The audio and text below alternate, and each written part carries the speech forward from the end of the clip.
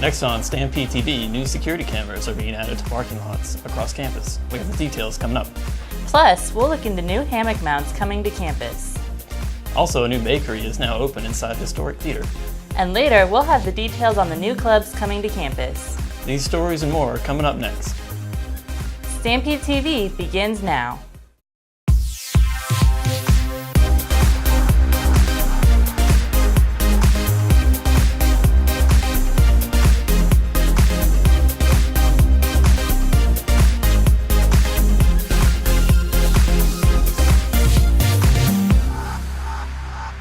New security cameras are now up and running across campus. Welcome to StampedeTV. I'm Matt Reynolds. And I'm Kelley Sorensen.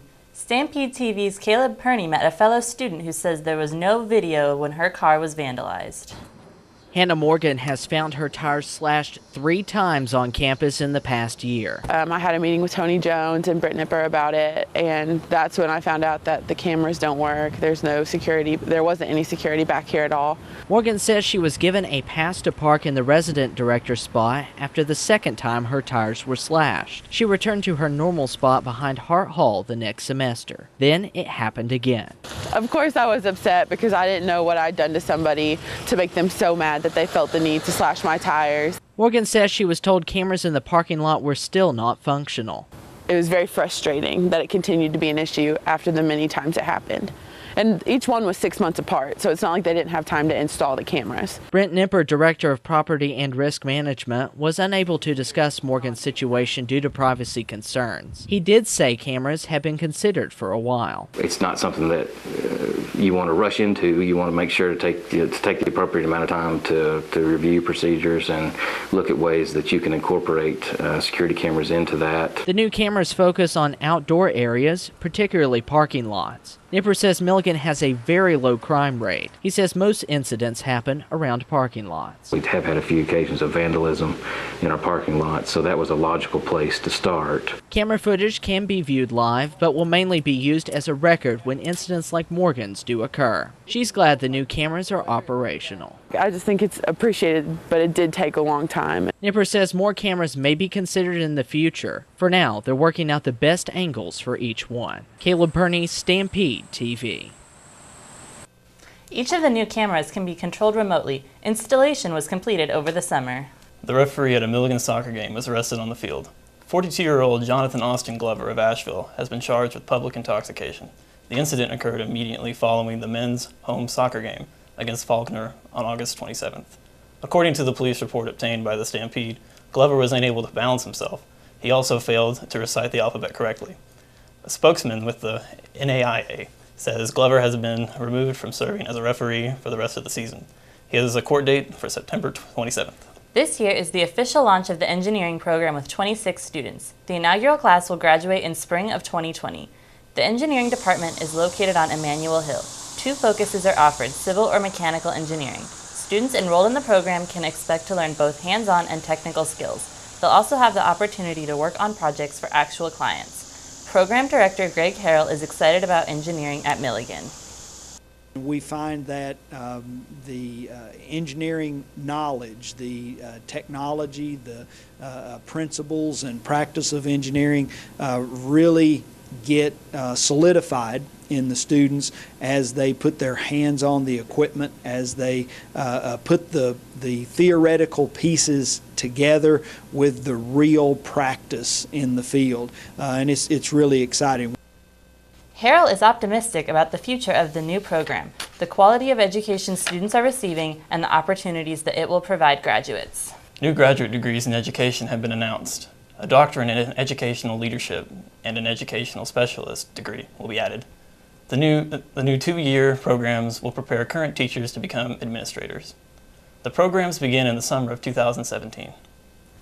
Milligan has been ranked as the #2 college in Tennessee.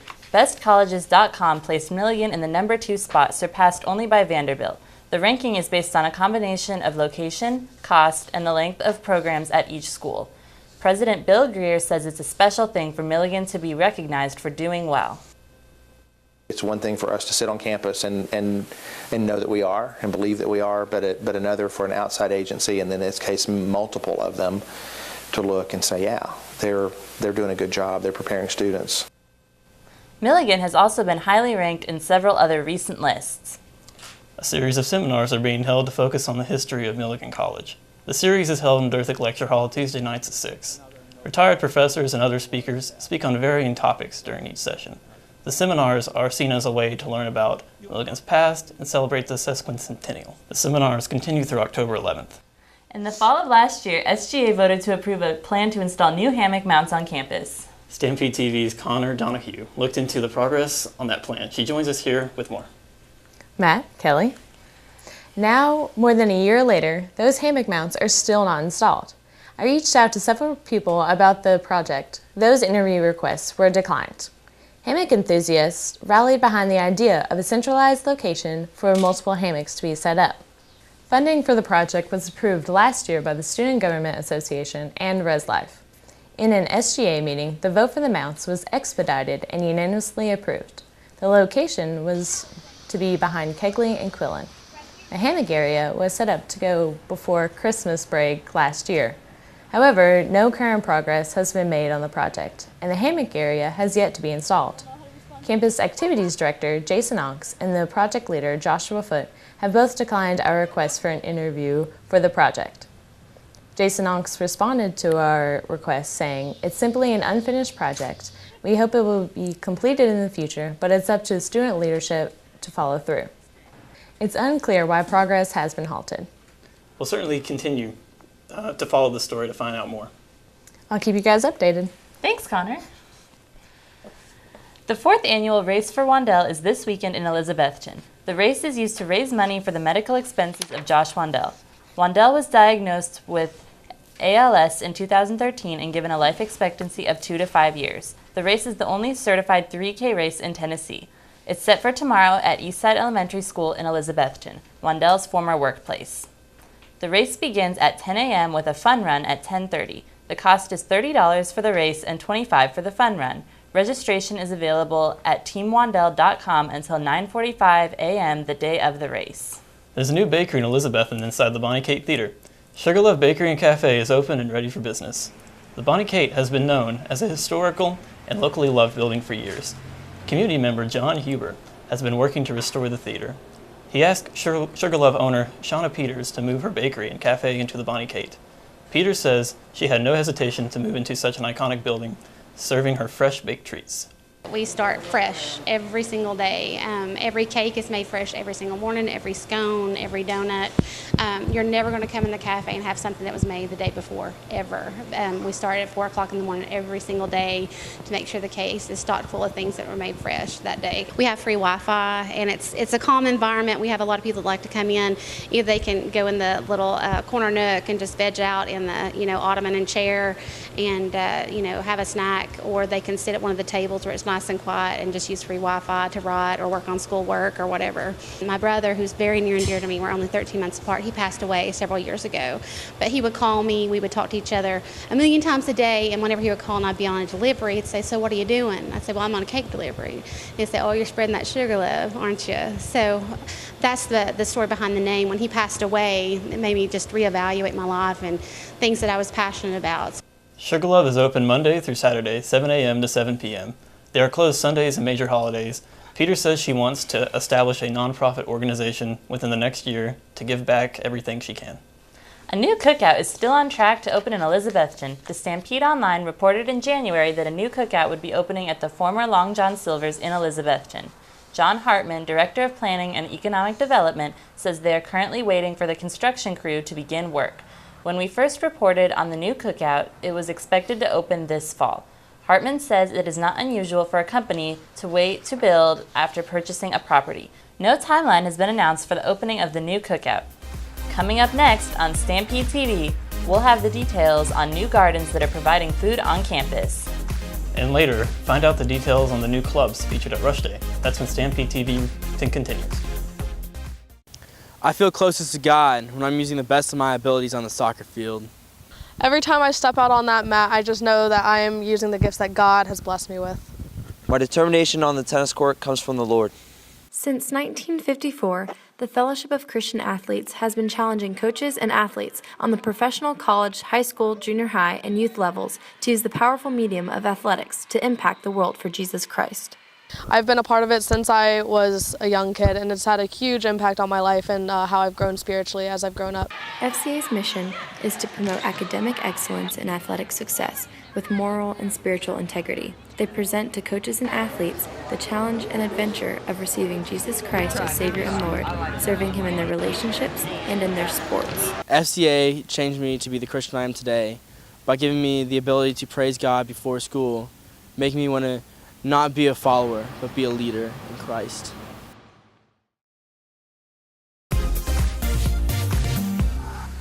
Hello and welcome back to this segment of Have You Heard by Milligan TV. Today I have with me Brandon Jones to talk about his unique club. Welcome, Brandon. Thanks for having me.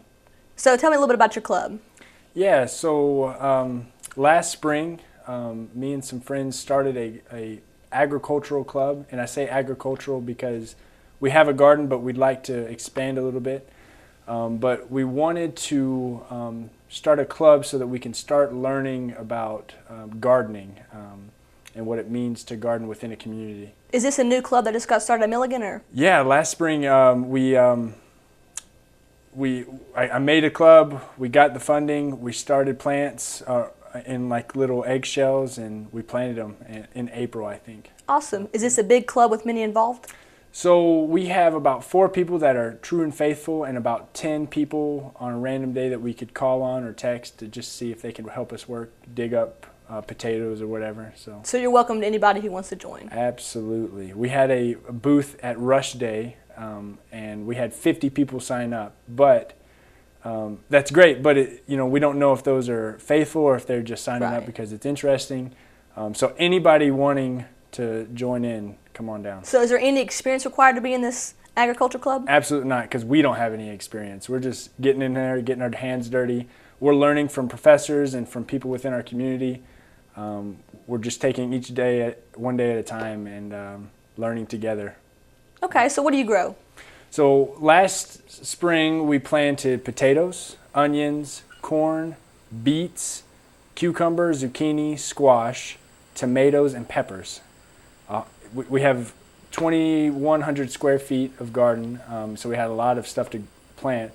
But we ran into some issues over the summer, things like deer being able to get in freely and eat up all our plants, or disease coming through, and we weren't really able to prevent that. Right. Bugs are huge around here.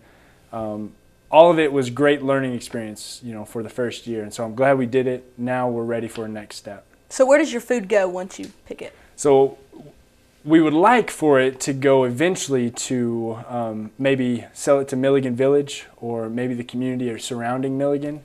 As of now, because we had such a small harvest, my wife and I have picked some, cooked a little bit. We had a large harvest of potatoes, and so I put up flyers around Milligan Village and said, hey, if you want potatoes, call me. And we sold a couple bagfuls, and Noah Evans actually made some tater stew. And so that was really great to hear. So do you sell the food to the Milligan community or students on campus, or how does that work? Ideally, yeah. So what we've done so far is just put up flyers, and if they want it, call me. We would like to get a booth set up maybe in the middle of the village commons, or maybe on the side of the road to where people can see, hey, fresh produce by Milligan. And that way people can get involved. We can meet new people within our community, because there's a bubble within Milligan, and that's fine, but let's try to get out, and I think this is a great way for that. So you want as much community involvement as possible? Absolutely, absolutely. We're getting involved with more community members, people who know more about gardening than us, and they're helping us figure out what that looks like. They're teaching us really cool things, from grafting trees to how to get volunteers. So whether that's community or Milligan funded or poured into, we don't know yet. We're just trying it out, seeing how we go. So where do you see your club heading in the next year? That's a great question. I would love to see chickens and bees, and so that we can have eggs and fresh honey for the cafeteria or for people around us. I would also love to see this garden get big enough to where we could have a huge pumpkin festival and carve pumpkins together as a community, or maybe even something like provide food for the cafeteria. I would love to see us be a part of a garden forest, to where there's gardens all through Johnson City and Elizabethton, to where people can just walk onto campus enjoy food together, meet new people. There's so many different possibilities, and we're just trying to learn, first step, how to garden. So. Well, thank you so much, Brandon. The club sounds wonderful. Thanks. Thank you very much for having us. Yeah. All right, thank you. Yeah. After the break on StampedeTV, we'll take a look outside the bubble. The latest on the ceremonies remaining 9/11 are next, and later in sports, we have the details on how the basketball team was involved in the Battle at Bristol. Stay tuned. Can't find something to listen to on the radio? Well, check out 90.5 WUMC Milligan College Radio. With student-produced shows airing each night, there is something for everyone. The best mix of music, along with talk shows about everything Milligan. For a complete list of show times or to listen live, visit us online at milliganradio.com. We're your radio station, 90.5 WUMC. Did you go tanning? Yeah, check it out. You're getting so tan. Finals are the worst. We need some sun. Where's your tan? It's melanoma. I'm stage 3. Melanoma is the second most common cancer for young women, 15 to 29. Protect yourself. Protect your friends. Stop tanning. A message from the American Academy of Dermatology. Sunday marked 15 years since the 9/11 attacks in 2001. Ceremonies were held across the country to honor the victims and remember the events of that day. These somber traditions honoring the nearly 3,000 Americans killed in the deadliest terror attack on U.S. soil exactly 15 years ago today. In New York, a moment of silence commemorating the moment al-Qaeda hijackers steered airplanes into the World Trade Center's North Tower. Loved ones read out the names of those who were lost. We know the shock and grief and anger that follows, the heartache that won't heal. Pausing for a moment of silence for the moment the plane hit the South Tower. A moment of silence at the Pentagon, too, where the president placed a wreath. E pluribus unum. Out of many, we are one. For we know that our diversity, our patchwork heritage is not a weakness. It is still and always will be one of our greatest strengths.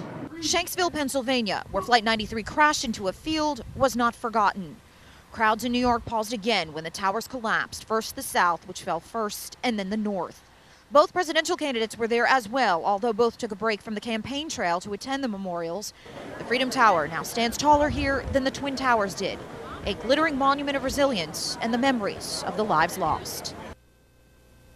Spraying is being conducted in various places across the country in an effort to fight the spread of Zika. Aerial sprays used in areas near Charleston, South Carolina had the added side effect of killing millions of honeybees. Bee colonies in Somerville wiped out after aerial spraying of a pesticide to kill mosquitoes. I have an apiary here with 46 hives of bees. Well, I did have. Now I have boxes. This yard used to be filled with a golden glow because of the amount of bees. Today, it's nearly empty. We have to be kind and compassionate and figure out what's going to work, what's going to be the best methods to treat anything without harming the honeybees. We spoke to bee owners who say they're devastated. I was angry that day. I mean, it just didn't make any, I couldn't wrap my head around the fact that we sprayed poison from the sky. But they want this to be a teaching moment. And you can point fingers and blame everybody. That's not going to accomplish anything. But if we turn this into a teachable moment that how important bees are to the environment, how unhealthy it is to aerial spray. Even though there were mistakes made and balls dropped on this, I don't feel like anybody did this in a malicious way to harm my bees. They believe this problem goes beyond the bees. Autism's on a rise. Bees are on a decline. Is it coincidental? I don't think so. Nalid was the chemical used. If everyone just goes to an EPA website and starts reading the precautions, you'll be beside yourself. An EPA document says people concerned should bring grills, pets, and child toys indoors during a spraying. The problem? Most people didn't know the spraying was taking place. That same day they sprayed, we sent our kids out in the backyards to play. The Environmental Protection Agency says NOLID, the chemical used in spraying, poses no risk to humans. They do recommend sensitive groups staying inside during a spraying. The EPA also says sprays should be conducted at dawn or dusk to reduce the risk to honeybees. They also recommend beekeepers cover their hives during a spray. Wells Fargo is ending sales goals for its bankers following the recent scandal. 5,300 employees have been fired for opening false accounts for customers in order to meet those sales goals. Wells Fargo agreed last week to pay an $185 million fine and refund the $5 million in fees wrongly charged to customers in connection to those accounts. Employees said they were under pressure to meet the goals or lose their jobs. Wells Fargo plans to drop the goals at the beginning of the year. Caitlin Johnson joins us now with sports. And Caitlin says there's a freshman who's been named Player of the Week. That's right, Matt. We'll find out about her success coming up next. And we'll take a look at the role the basketball team played in the Battle of Bristol. Sports is next. My name is Blake. I received a heart transplant when I was 2 weeks old. I play defense for the Red Hot Tornadoes. Sometimes my heart starts pounding like faster and faster as I go. I know I have someone else's heart inside me. It makes me feel happy because someone was generous enough to give me a second chance to live. This gift of life was made possible by an organ donor. Imagine what you could make possible. Sign up as an organ, eye, and tissue donor. Go to organdonor.gov. You're going to need me. You're going to need us. All of us. You're going to need our help with your water, your air, your food. You're going to need our determination, our compassion. You're going to need the next generation of leaders to face the challenges the future will bring. And we promise we'll be there when you need us.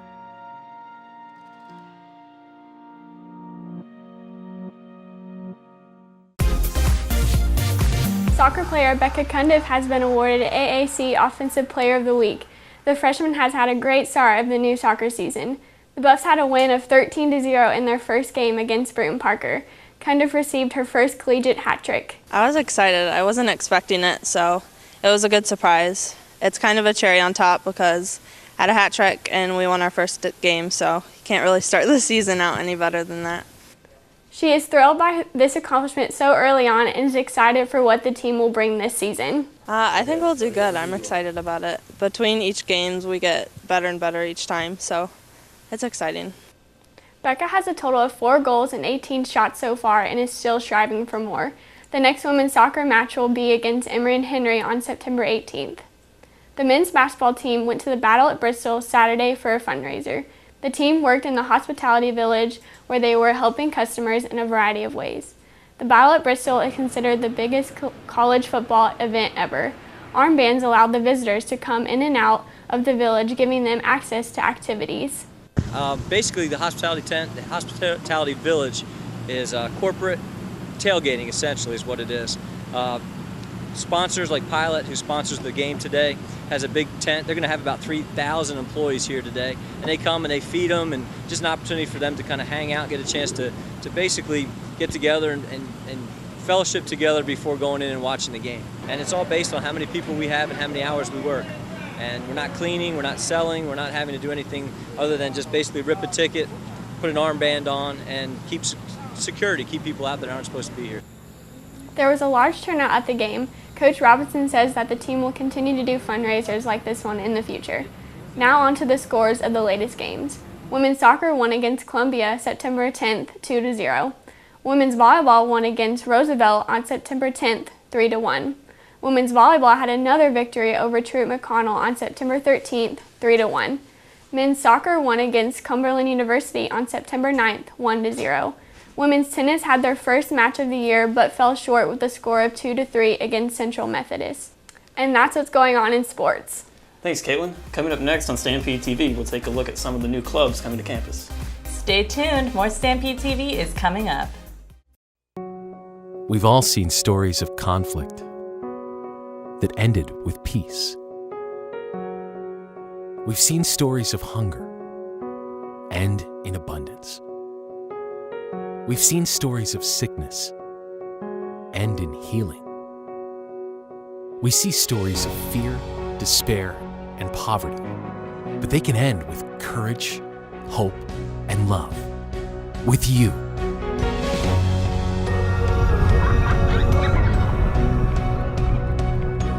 Together, with God's love, we are greater than hardship in the world. When we're united, we can overcome adversity and make a lasting difference for those who need it most. Be a part of writing a story that's greater than poverty and help communities give children hope for a brighter future. Learn how at worldvision.org. You are watching Kelley Sorensen and Matt Reynolds, Caitlin Johnson with sports, and the rest of the Stampede TV team. Rush Day was last Wednesday. 20 clubs and 18 local businesses participated in the event. Students received Rita's Ice, free food, and giveaways from local businesses. This year, 5 new clubs were introduced. Martial arts, photography, wiffle ball, hiking, and agriculture have been added. Jessica Smith, leader of the Agriculture Club, is excited about students learning to grow their own food and serve the community. Well, it is brand new. We did start a garden last year, but this year we're like kind of revamping it. And what that's going to look like is we're going to be teaching Milligan students how to grow their own food and harvest from the ground, and it's going to be a very big learning experience. This year, what's something different is we're going to be working in the community a lot. As Kelley just said, there were plenty of new clubs to choose from at Rush Day. Stampede TV's Brent Doolittle took an inside look at those clubs. Rush Day gives students a chance to get involved with new and unique clubs. From agriculture to hiking, there are plenty of clubs to choose from. This year we're bringing the spotlight to 2 new clubs, photography and self-defense. This club is for anybody interested in photography, so our outings are going to be based around anybody who wants to take digital photographs, film photographs, if you're in a class, if you had a class previously, or if you've never had a photography class. If somebody was interested in the club, they would talk to either myself, Mitchell Hancock, or Tori Duncan. We'd like to take students to get pictures for assignments that they'll have in basic and intermediate and digital photography. We'd like to get some people to enter into different competitions, like different festivals, like the Apple Festival has competitions. We'd also like them to get their work out into the community instead of just at Milligan. You don't have to have any background in photography to join. So say digital won't fit in your schedule, we can work with you and teach you a little bit of photography outside of a class. I also spoke with Blake Stanley, the head of the Self-Defense Club here at Milligan. Anyone that wants to come out, that's perfectly fine. The idea is everyone has a right to self-defense. For right now, we'll do every Wednesday 7. Hopefully, if the club grows, we can add more class times and class days. If they want to learn how to defend themselves, or for that matter, if they want to defend someone they care about, because it's not always about just yourself. If you're walking with a friend and you want to be able to defend them in any environment, you have someone come up to you with a knife, God forbid a gun or something like that, this would be a good place to come so that you can learn how to defend not just yourself, but those around you, those you care about. I was in the Marine Corps for 4 years, so I've been in those situations where that's actually had to happen. So I can give them first-hand account and first-hand experience how to do that, how to go about that, and for that matter, even if you can, how to avoid the fight in the first place. With new clubs like these being introduced every year, there really is something for everyone. I'm Brent Doolittle, reporting for Stampede TV. You know, I really like the martial arts segment of that. It looks like there are plenty of great options. And that's all the time we have for this edition of Stampede TV. For the latest news information, visit us online at milliganstampede.com. And be sure to check us out on Facebook, Twitter, Instagram, and YouTube. Make sure you pick up a copy of the print edition, available Thursday, September 22nd. Thanks for watching. I'm Kelley Sorensen. And I'm Matt Reynolds. We'll see you again on our next broadcast on September 30th. Have a great rest of your day.